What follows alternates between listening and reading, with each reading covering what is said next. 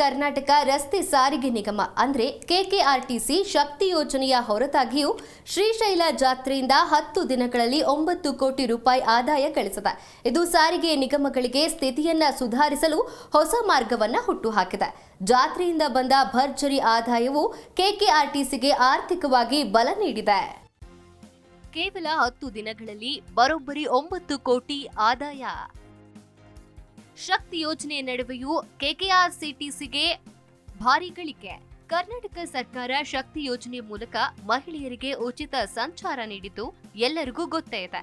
ಈ ಮಧ್ಯೆ ಕಲ್ಯಾಣ ಕರ್ನಾಟಕ ಸಾರಿಗೆ ಸಂಸ್ಥೆ ಕೇವಲ 10 ದಿನಗಳಲ್ಲಿ ಬರೋಬ್ಬರಿ 9 ಕೋಟಿ ರೂಪಾಯಿ ಹೆಚ್ಚು ಆದಾಯ ಗಳಿಸಿದೆ. ಇನ್ನು ಶ್ರೀಶೈಲ ಜಾತ್ರೆಯಿಂದ ಕಲ್ಯಾಣ ಕರ್ನಾಟಕ ರಸ್ತೆ ಸಾರಿಗೆ ನಿಗಮಕ್ಕೆ ಅಂದ್ರೆ ಕೆಕೆಆರ್ಸಿಟಿಸಿಗೆ ಭರ್ಜರಿ ಆದಾಯ ಹರಿದು ಬಂದಿದೆ. ಹೌದು, ರಾಜ್ಯದಲ್ಲಿ ಗ್ಯಾರಂಟಿ ಯೋಜನೆ ಜಾರಿಯಾದಾಗಿನಿಂದ ಅಭಿವೃದ್ಧಿ ಯೋಜನೆಗೆ ಸರ್ಕಾರದ ಬಳಿ ದುಡ್ಡಿಲ್ಲ ಅನ್ನೋ ಮಾತು ಕೇಳಿ ಬರ್ತಾ ಇದ್ವು. ಅದರಲ್ಲೂ ಕೂಡ ಮೊದಲೇ ನಷ್ಟದಲ್ಲಿ ಸಾಕ್ತಿದ್ದಂತಹ ರಾಜ್ಯದ 4 ಸಾರಿಗೆ ನಿಗಮ ಸಂಪೂರ್ಣ ದಿವಾಳಿಯಾಗತ್ತೆ ಅನ್ನೋ ಆರೋಪ ಕೂಡ ಕೇಳಿ ಬಂದಿದ್ವು. ಯಾಕಂದ್ರೆ ಮೊದಲೇ ಸಾಲದ ಸುಳಿಗೆ ಸಿಲುಕಿದ್ದ ಕೆಲ ನಿಗಮಗಳು ಶಕ್ತಿ ಯೋಜನೆಯಿಂದ ಪೂರ್ಣವಾಗಿ ನಷ್ಟದಲ್ಲಿ ನಡೆಯುತ್ತವೆ ಎನ್ನಲಾಗಿತ್ತು. ಯಾಕಂದ್ರೆ ಸರ್ಕಾರ ಮಹಿಳೆಯರಿಗೆ ಉಚಿತ ಬಸ್ ಯೋಜನೆ ಜಾರಿಗೊಳಿಸಿದ್ರಿಂದ ಸಹಜವಾಗಿ ಬಿಎಂಟಿಸಿಯಿಂದ ಹಿಡಿದು ಕೆಕೆಆರ್ಸಿಟಿಸಿವರೆಗೂ ಸಾರಿಗೆ ನಿಗಮಗಳ ಆದಾಯಕ್ಕೆ ಕತ್ತರಿ ಬಿದ್ದಿತ್ತು. ಆದರೆ ಕಲ್ಯಾಣ ಕರ್ನಾಟಕ ರಸ್ತೆ ಸಾರಿಗೆ ಸಂಸ್ಥೆ ಕೇವಲ 10 ದಿನಗಳಲ್ಲಿ ಬರೋಬ್ಬರಿ 9.10 ಕೋಟಿ ರೂಪಾಯಿ ಆದಾಯ ಗಳಿಸಿದೆ. ಯುಗಾದಿ ಹಬ್ಬದ ಪ್ರಯುಕ್ತ ಆಂಧ್ರಪ್ರದೇಶದ ಶ್ರೀಶೈಲಂನಲ್ಲಿ ಮಲ್ಲಿಕಾರ್ಜುನ ಜಾತ್ರೆ ಇತ್ತು. ಆ ಹಿನ್ನೆಲೆ ಕಳೆದ ತಿಂಗಳು 10 ದಿನಗಳ ಕಾಲ ಕೆಕೆಆರ್ಸಿಟಿಸಿಯು 6 ವಿಭಾಗಗಳಿಂದ ಬಸ್ಗಳನ್ನ ಬಿಡಲಾಗಿತ್ತು.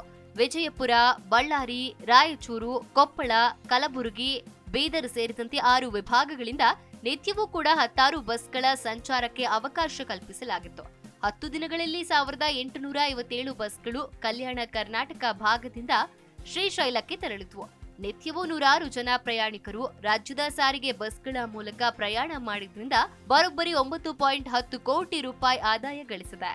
ಇನ್ನು ಆಂಧ್ರದ ಶ್ರೀಶೈಲಂನಲ್ಲಿರುವ ಶ್ರೀ ಮಲ್ಲಿಕಾರ್ಜುನ ದೇವಸ್ಥಾನ ಪ್ರಸಿದ್ಧ ಜ್ಯೋತಿರ್ಲಿಂಗಗಳಲ್ಲಿ ಒಂದು. ಅಲ್ಲದೆ ಕಲ್ಯಾಣ ಕರ್ನಾಟಕ ಭಾಗದ ಅನೇಕ ಜನರ ಆರಾಧ್ಯ ದೈವವೂ ಹೌದು. ಹೀಗಾಗಿ ಪ್ರತಿ ವರ್ಷ ಲಕ್ಷಾಂತರ ಜನ ಭಕ್ತರು ಶ್ರೀಶೈಲ ಮಲ್ಲಿಕಾರ್ಜುನ ದರ್ಶನಕ್ಕೆ ತೆರಳುತ್ತಾರೆ. ಕಳೆದ ವರ್ಷವೂ ಕೂಡ ಲಕ್ಷಾಂತರ ಜನ ಸಾರಿಗೆ ಬಸ್ ಮೂಲಕ ತೆರಳಿ ದರ್ಶನವನ್ನ ಪಡೆದಿದ್ರು. ಕಳೆದ ವರ್ಷವೂ ಕೆಕೆಆರ್ಸಿಟಿಸಿ 7 ಕೋಟಿಗೂ ಹೆಚ್ಚು ಆದಾಯ ಗಳಿಸಿತು. ಈ ಬಾರಿ ಶಕ್ತಿ ಯೋಜನೆಯ ನಡುವೆಯೂ ಕೂಡ ಭಾರಿ ಆದಾಯ ಗಳಿಸಿರೋದು ಸಂಸ್ಥೆಯ ಆರ್ಥಿಕ ಚಟುವಟಿಕೆ ಮೇಲೆ ಧನಾತ್ಮಕ ಪರಿಣಾಮವನ್ನ ಬೀರಲಿದೆ.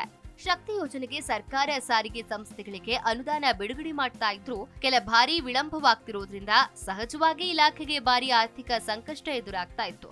ಆದ್ರೆ ಈ ಬಾರಿ ಆರ್ಥಿಕ ವರ್ಷದ ಮೊದಲ ತಿಂಗಳಲ್ಲೇ ಭರ್ಜರಿ ಆದಾಯ ಬಂದಿರೋದು ಖುಷಿಯಾಗಿದೆ. ಈ ರೀತಿಯಾಗಿ ಕೆಕೆಆರ್ಟಿಸಿ ವ್ಯವಸ್ಥಾಪಕ ನಿರ್ದೇಶಕ ರಾಜಪ್ಪ ಹೇಳಿದ್ದಾರೆ.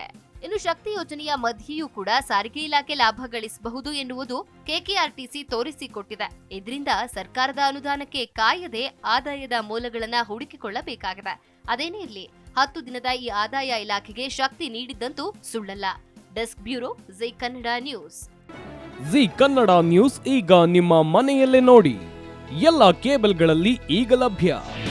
ನಿಮ್ಮ ನೆಚ್ಚಿನ ಜಿ ಕನ್ನಡ ನ್ಯೂಸ್ ಈಗ ಸನ್ ಡೈರೆಕ್ಟ್ ನಲ್ಲಿ number 292, Tata Play number 1664, Jio TV number 1334, NXT Digital number 30, In Cable number 30, City Networks 51, U Digital number 162, GTPL number 17, Rockline Telecommunications number 42, Shri Basaveshwara cable number 168, rural cable network 60, Vinayaka digital 57, Abhishek cable 821, city channel 53, Siddeshwara cable network 57, ವಿ4 digital infotech 628, Surya digital networks 53, Gajanan digital number 836, Malnad Infotech Private Limited number